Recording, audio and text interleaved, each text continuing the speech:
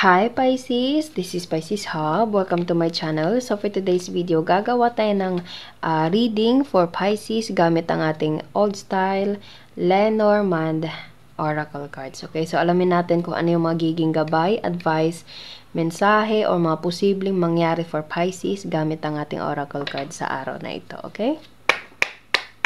Reminder lang na ito ay general reading Pisces. So pwede pong mag-resonate sa'yo, pwede pong hindi. And this is a timeless reading. So, kahit anong araw, buwan, taon mo to napanood. Basta tugma sa sitwasyon, take lang. Pag hindi, huwag pong ipilit. Okay? Okay, so, ano po yung mga message nyo po for Pisces? Sa araw na ito, there's the Rider. And may nag-flip pala, dalawa.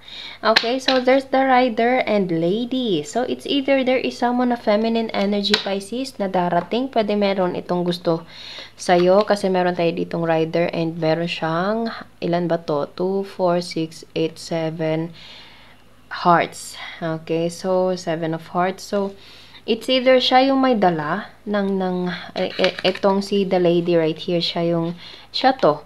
Okay, na darating and meron siyang something like love interest towards you, Pisces. Okay? Kung hindi naman, pwedeng papunta siya dun kay the lady po. Okay? So, pwedeng ikaw si lady or pwedeng you're dealing with someone na lady and merong Rider. Okay? 7 of hearts.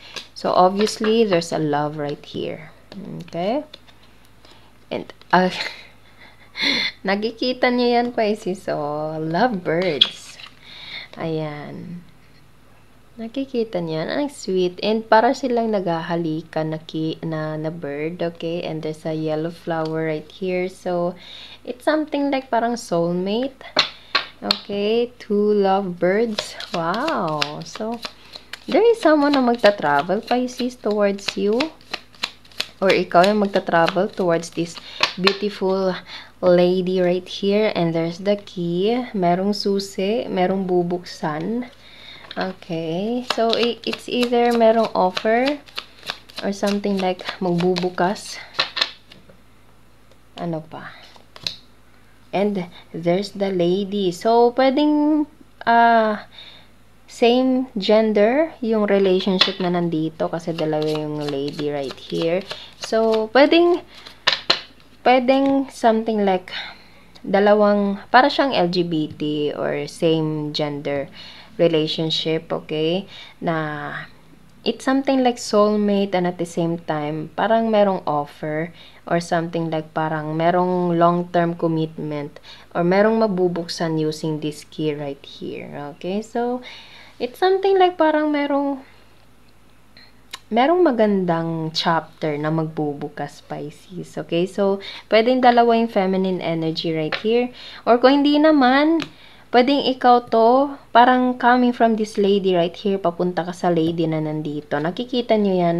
Ito is nakasuot siya ng parang hat. Okay? Pero dito meron na siyang crown. So, it's something like merong upgrading or level up sa relationship na nandito. Okay? So, pwedeng ikaw to or you're dealing with someone na ganito, na parang ile-level up yung relationship mo together with this person using this key.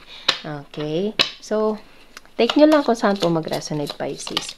Okay? So, there's the mountain. Ito yung dadaanan ng rider na yan. Okay? Malayo. Pwedeng nakatira kayo sa malayong lugar. Again, malayong lugar kasi meron tayo ditong ship.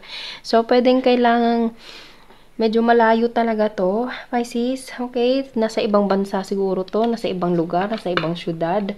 Okay? Na kailangan dumaan sa dagat at saka sa mga bulubundukin. Okay? So, malayo to. Malayo.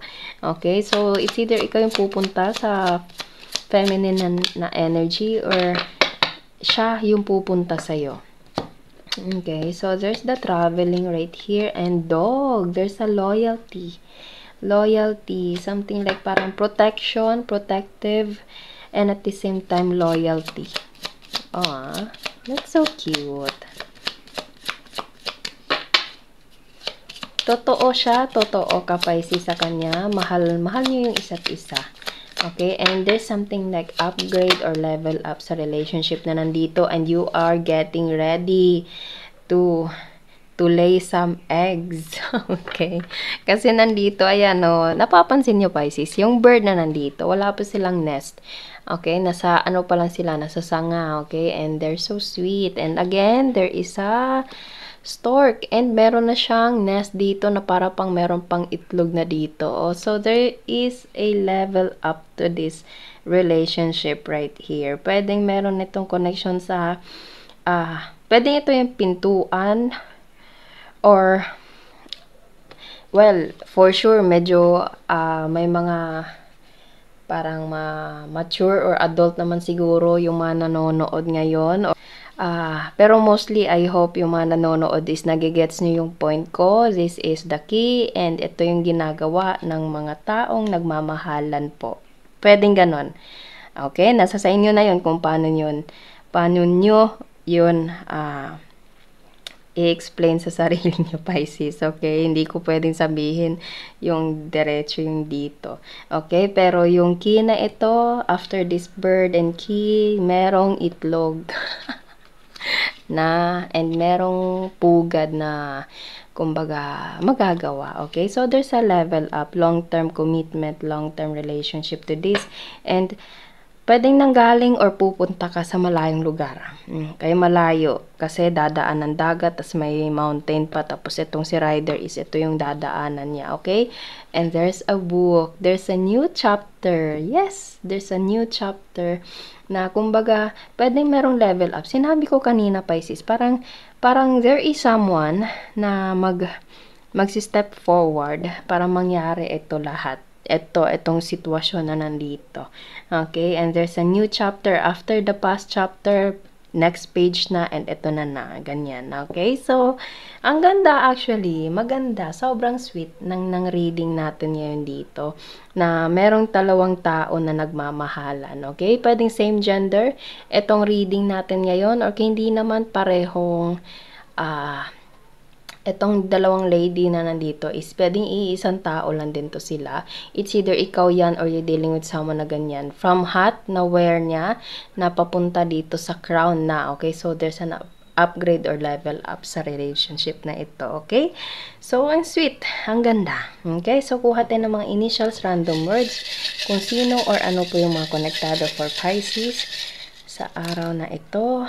There's a company, younger, airplane, letter F, letter G, abroad, company, maputi, chat, text, tawag, straight hair, kakilala mula sa malayo, and trabaho. Okay, so pwede nandito, pwede pong wala. It's okay lang. Okay, so yun po ang ating reading for Pisces sa araw na ito. Naway nagustuhan nyo po. Huwag nyo po sanang kalimutan na mag-like at mag-subscribe po sa ating channel and click the bell button, Pisces, para ma-notify po kayo sa next videos na i-upload natin. Okay, so thank you, Pisces, and God bless!